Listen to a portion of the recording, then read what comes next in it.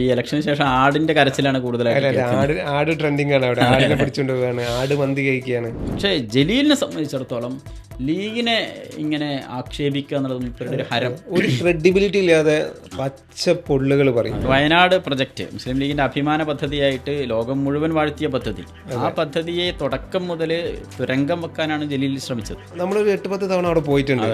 ജലീൽ പറഞ്ഞ കുണ്ടനാടായി നിങ്ങൾ കണ്ടിരുന്നോ? ഇല്ല, ഞാൻ കഴിഞ്ഞ തവണ പോയപ്പോഴും ചോദിച്ചു അവിടെ ഉള്ളവർ, ഈ കുണ്ടനാടായി എവിടെ? അതേ കുഞ്ഞാലിക്കുട്ടി സംസ്ഥാനത്തെ ഏറ്റവും സർവകാല റെക്കോർഡിന് 85,000 വോട്ടിന് ജയിച്ചു നിൽക്കുകയാണ്. അദ്ദേഹം പരാജയപ്പെടുത്തി ഇല്ലാതാക്കി എന്ന് പറയുന്ന കുഞ്ഞാലിക്കുട്ടി ഇന്ന് 85,000 വോട്ടിന് ജയിച്ചു നിൽക്കുമ്പോൾ അദ്ദേഹം ഈ KT ജലീൽ അനിവാര്യമായ പതനത്തിലോട്ട് പോയിരിക്കുകയാണ്. NDF എന്ന് അറിയപ്പെടുന്ന SDPI ആരെ കൂടെയാണ്? KT ജലീലിന്റെ കൂടെയാണ്. ഈ SDPIക്കാരെ കയറൂരി വിട്ടു അവിടെ, എന്ത് സമുദായം പറയാൻ. അദ്ദേഹം ക്രിസ്ത്യനാണ്, ഇപ്പുറത്ത് എന്താണ് കൗമിന്റെ പ്രതിനിധിയാണ് പോലെ.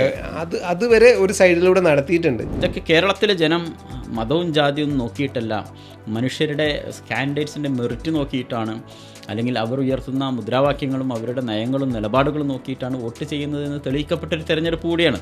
എന്നാൽ ഇത്തവണ ലീഗുകാർ സ്വന്തം സ്ഥാനാർത്ഥിയെ പോലെ VS ജോയിനെ കണ്ട് ആ മധുര പ്രതികാരം അങ്ങ് വീട്ടി.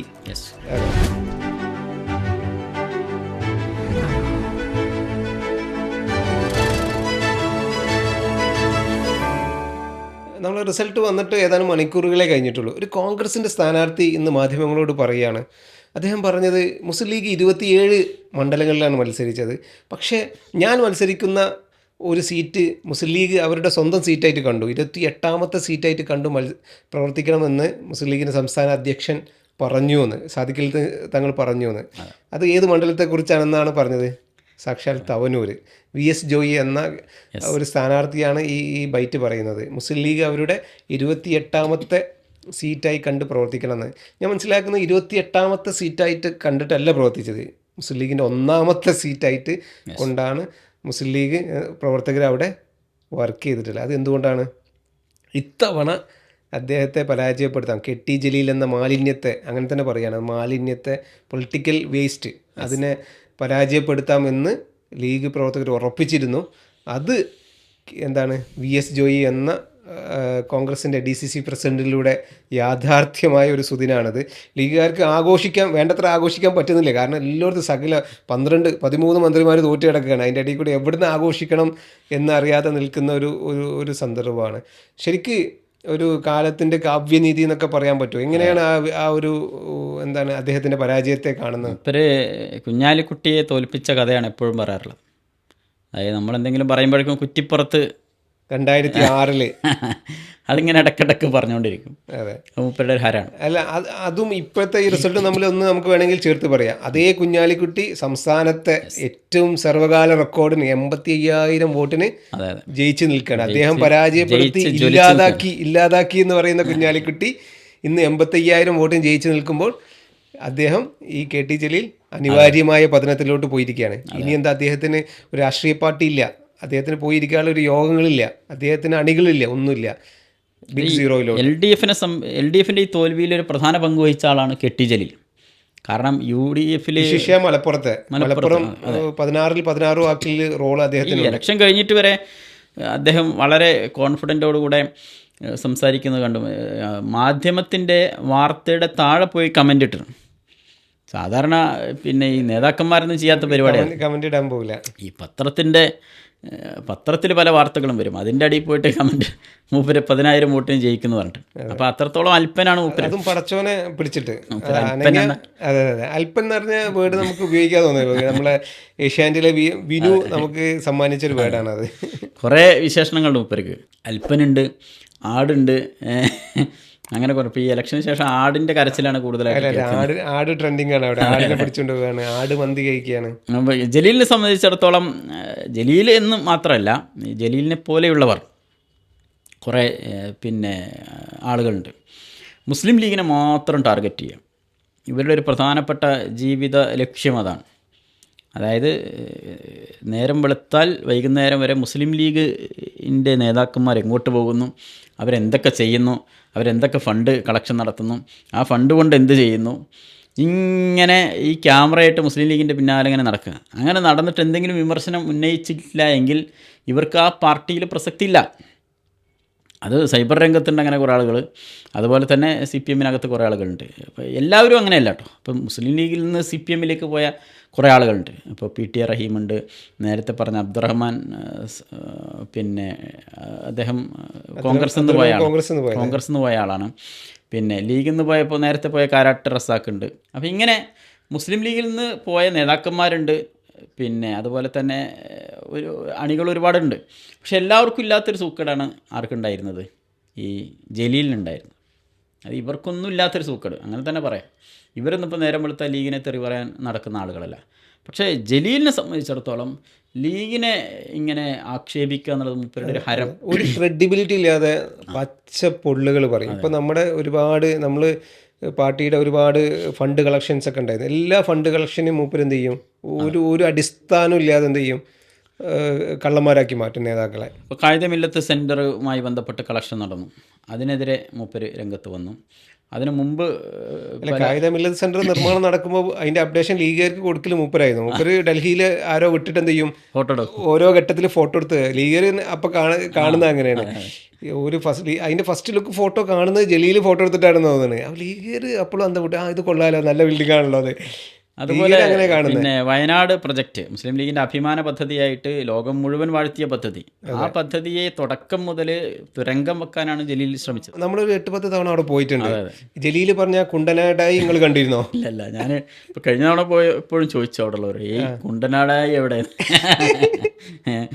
അപ്പോൾ അവർക്ക് അങ്ങനെയൊന്നും കാണിച്ചു തരാൻ പറ്റുന്നില്ല. അതായത് അനാവശ്യമായിട്ട് ലീഗിനെ ടാർഗറ്റ് ചെയ്യാം. അപ്പോൾ ആ ഭൂമിയിൽ ഒരു കല്ല് വെക്കാൻ പോലും ലീഗിന് സാധിക്കില്ല എന്ന് പറയാം. അത് തോട്ടം ഭൂമിയാണെന്ന് പറയാം. ലീഗ് പൈസ ഇരട്ടി പൈസ കൊടുത്ത് വാങ്ങിയെന്ന് പറയാം. ഇങ്ങനെ ലീഗിനെ അധിക്ഷേപിച്ച് മാത്രം മുന്നോട്ട് പോയി ഉപജീവനം കഴിക്കുക, ഇതായിരുന്നു ജലീലിൻ്റെ പണി. അദ്ദേഹം വീട് ഉണ്ടാക്കിയപ്പോൾ പറയാണ്, ഞാൻ ഇതൊക്കെ പറഞ്ഞുകൊണ്ടാണ് ഓല് ഉണ്ടാക്കിയതെന്ന്. പിന്നെ ജലീൽ അപ്പോൾ ഇങ്ങനെ ഒരാളാണ് മൂപ്പര് മത്സരിക്കുന്നില്ല എന്നാണ് പറഞ്ഞിരുന്നത് ഇലക്ഷൻ. മൂപ്പർക്ക് മനസ്സിലായി ഇത്തവണ അപകടം ഉണ്ടാവും എന്നുള്ളത്. പക്ഷേ പാർട്ടി വിട്ടില്ല, പാർട്ടി നിർത്തണം എന്ന് പറഞ്ഞു. പിന്നെ അദ്ദേഹം പറഞ്ഞ സ്റ്റേറ്റ്മെൻറ്റ്, LDFൻ്റെ 60ഓളം സിറ്റിംഗ് MLA-മാരെ മത്സരിക്കുന്നത്, അവരെ പെർഫോമൻസ് മതി, ജനങ്ങൾ ചുമ്മാ വിജയിപ്പിച്ചു വിടുമെന്ന് പറഞ്ഞു. ഇപ്പോൾ ജലീലിനെ പോലുള്ളവരെ വീണ്ടും പാർട്ടിക്ക് മത്സരിപ്പിക്കേണ്ടി വന്നതിനും കാരണമുണ്ട്. അതായത് അങ്ങനെയുള്ള ആളുകൾ ഇപ്പോൾ കിട്ടുന്നില്ല എന്നുള്ളതാണ്. അതായത് സാധാരണഗതിയിൽ എല്ലാ ഇലക്ഷനിലും മലപ്പുറം ജില്ലയിൽ ഒരു 4-5 സ്വതന്ത്രന്മാരെ മത്സരിപ്പിക്കാറുണ്ട് ലീഗിനെതിരെ. അതിൽ ഈ തവണ ആരും കിട്ടിയില്ല, ആകെ ഒരു കുന്നത്ത് മുഹമ്മദിനെ കിട്ടിയത്. അത് ആരും അറിയാതെ അങ്ങനെ പോവുകയും ചെയ്തു. അപ്പോൾ അങ്ങനെ ഒരു പിന്നെ ഏതെങ്കിലും നിലക്ക് പ്രാഗൽഭ്യമുള്ള ഒരു നേതാവിനെയും LDFന് സ്വതന്ത്രന്മാരായിട്ട് അവതരിപ്പിക്കാൻ കിട്ടിയതേയില്ല. അങ്ങനെ ആരും കിട്ടാതെ നിവൃത്തിയില്ലാതെയാണ് ജലീലിനെ തന്നെ മത്സരിപ്പിക്കുന്നത്. അതെ, ജലീൽ കഴിഞ്ഞ തവണ തന്നെ അഴിമതി ആരോപണം നേരിട്ട മനുഷ്യനാണ്. അദ്ദേഹത്തിൻ്റെ കൊച്ചാപ്പ എന്ന പേരൊക്കെ വന്ന അങ്ങനെയാണല്ലോ. അദ്ദേഹത്തിൻ്റെ എളാപ്പൻ്റെ മകനെ അദ്ദേഹത്തിൻ്റെ വകുപ്പിൽ നിയമിച്ചു. PK ഫിറോസ് പിന്നാലെ കൂടി അത് പിടികൂടി രാജിവെക്കേണ്ടി വന്നു. പക്ഷേ രാജിവെക്കേണ്ട വിധി വന്നത് ഇലക്ഷൻ കഴിഞ്ഞതിൻ്റെ ശേഷമായിരുന്നു. ഇലക്ഷന് മുമ്പാണെന്നുണ്ടെങ്കിൽ അദ്ദേഹത്തിന് കഴിഞ്ഞ തവണ തന്നെ വിശ്രമ ജീവിതത്തിലോട്ട് കടക്കായിരുന്നു.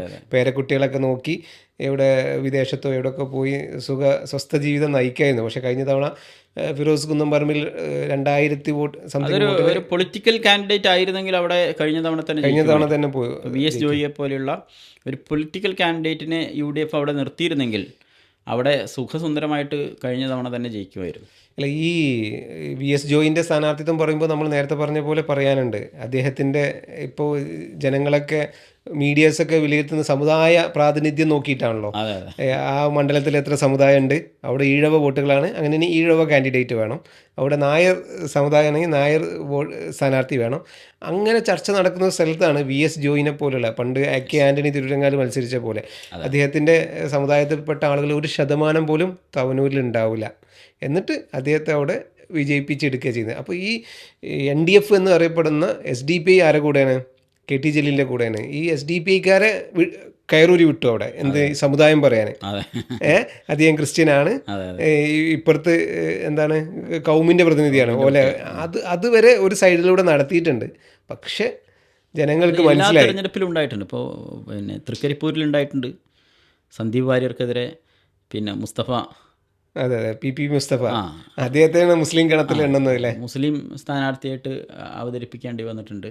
അപ്പോൾ ഇങ്ങനെ പിന്നെ വർഗീയത ഉപയോഗിക്കേണ്ടിടത്തൊക്കെ CPM ഉപയോഗിച്ചിട്ടുണ്ട്. പക്ഷേ UDFനെ സംബന്ധിച്ചിടത്തോളം ഇത് പിന്നെ ഒരു ശക്തമായൊരു പൊളിറ്റിക്കൽ മെസ്സേജ് കേരളത്തിന് കൊടുക്കുകയാണ്. ഇപ്പോൾ VS ജോയിയുടെ വിജയം, പിന്നെ തിരുവമ്പാടിയിലെ കാസിം ഖാൻ്റെ വിജയം, കൊച്ചിയിലെ ഷിയാസിൻ്റെ വിജയം, ഇതൊക്കെ കേരളത്തിലെ ജനം മതവും ജാതിയും നോക്കിയിട്ടല്ല, മനുഷ്യരുടെ കാൻഡിഡേറ്റ്സിൻ്റെ മെറിറ്റ് നോക്കിയിട്ടാണ്, അല്ലെങ്കിൽ അവർ ഉയർത്തുന്ന മുദ്രാവാക്യങ്ങളും അവരുടെ നയങ്ങളും നിലപാടുകളും നോക്കിയിട്ടാണ് വോട്ട് ചെയ്യുന്നതെന്ന് തെളിയിക്കപ്പെട്ടൊരു തെരഞ്ഞെടുപ്പ് കൂടിയാണ്. അതായത് മതനിരപേക്ഷ കേരളം വിജയിച്ചു നിൽക്കുന്ന ഒരു തെരഞ്ഞെടുപ്പാണിത്. അതിനെയാണ് വർഗീയ ശക്തികളുടെ ഏകീകരണം എന്ന് മറ്റേ കാക്ക പറഞ്ഞത്. വിജയരാഘവൻ. നമുക്ക് ജലീലിലോട്ട് തന്നെ തിരിച്ചു വന്നിട്ട് വൈൻഡപ്പ് ചെയ്യാം. ഇപ്പോൾ ജലീൽ ഞാൻ മനസ്സിലാക്കുന്ന അന്ന് 2006 വിജയിച്ചപ്പോൾ കുറ്റിപ്പുറം മണ്ഡലത്തിലായിരുന്നു. അതിനുശേഷം എന്ത് ചെയ്തു, മണ്ഡലം സ്പ്ലിറ്റായി പോയിട്ട് കുറ്റിപ്പുറം ഇല്ലാതായി. അതിൻ്റെ ശേഷമാണ് തവനൂരും കോട്ടക്കലും വന്നത്. പക്ഷേ പിന്നെ തവനൂർ എന്ത് ചെയ്തു, കോൺഗ്രസ്സിന് കൊടുക്കേണ്ടി വന്നു. ഞാൻ മനസ്സിലാക്കുന്നത് അദ്ദേഹത്തിന് ലീഗിൻ്റെ ഏതെങ്കിലും മണ്ഡലങ്ങളിലാണെന്നുണ്ടെങ്കിൽ, കോട്ടക്കലോ ഈവൻ പെരിന്തൽമണ്ണയിലേക്ക് വരുമെന്നൊക്കെ ചോദിച്ചാൽ പുള്ളി ഓടുന്നത് കണ്ടിരുന്നു നമ്മൾ. ലീഗിൻ്റെ ഏതെങ്കിലും മണ്ഡലങ്ങളിലാണെന്നുണ്ടെങ്കിൽ ഞാൻ മനസ്സിലാക്കുന്നത് ഇത്രത്തോളം കാത്തിരിക്കേണ്ടി വരില്ലായിരുന്നു ലീഗുകാർക്ക്. എന്താണ് ഈ 3 ടേം കഴിഞ്ഞു, 4ാമത്തെ ടേമിലാണ് അദ്ദേഹം പരാജയപ്പെടുന്നത്. എന്നാൽ ഇത്തവണ ലീഗുകാർ സ്വന്തം സ്ഥാനാർത്ഥിയെ പോലെ VS ജോയിനെ കണ്ട് ആ മധുരപ്രതികാരം അങ്ങ് വീട്ടി. യെസ്. അതെ, ജലീലിനെ സംബന്ധിച്ചിടത്തോളം ഒരു പ്രൊഫസറായിരുന്ന വ്യക്തി, ഗവേഷണം നടത്തുന്ന ആൾ, ഡോക്ടറേറ്റുള്ള ആൾ, പിന്നെ പുസ്തകങ്ങൾ രചിക്കുന്ന ആൾ, അങ്ങനെ ഒരാളിൽ നിന്ന് മിനിമം ക്വാളിറ്റി മൂപ്പര് ലൈഫിൽ കാണിക്കുന്നില്ലല്ലോ. അങ്ങനെ ആളിൽ നിന്ന് വരാൻ പാടില്ലാത്ത വർത്തമാനങ്ങളാണ് അദ്ദേഹത്തിൻ്റെ ഫേസ്ബുക്ക് പേജുകളിലായാലും പ്രതികരണങ്ങളിലായാലും, പ്രതികരണങ്ങൾക്ക് മറുപടി കൊടുക്കുന്ന കാര്യത്തിൽ. അന്ന് അഴിമതി ഉണ്ടായപ്പോൾ രാജിവെക്കണം എന്ന് യൂത്ത് ലീഗുകാർ പറഞ്ഞു. അപ്പോൾ ഇന്നെ മന്ത്രിയാക്കിയത് പാണക്കാട്ടെന്നല്ല, AKG സെന്റർ എന്നാണ് പറഞ്ഞത്. പക്ഷെ കോടതി പിടിച്ച് പുറത്തിട്ട്. അതെ. അപ്പോൾ അങ്ങനത്തെ കുറേ അനുഭവങ്ങളുണ്ട്. ഒരു നിലവാരമില്ലാത്ത ഒരു മനുഷ്യൻ, ആ മനുഷ്യനെയാണ് CPM ഇത്രകാലം പേര് നടന്നിരുന്നത്. ആ മനുഷ്യൻ ഇനി എന്തൊക്കെയാണ് കാട്ടിക്കൂട്ടെന്ന് പറയാൻ പറ്റില്ല. എന്തായാലും ആ ഒരു പിന്നെ പ്രതിഭാസം ഈ തെരഞ്ഞെടുപ്പോടുകൂടെ അവസാനിച്ചിരിക്കുന്നു എന്ന് തന്നെ പറയാം. തവനൂരുകാർക്ക് ഹൃദയം നിറഞ്ഞ നന്ദി. Thank you.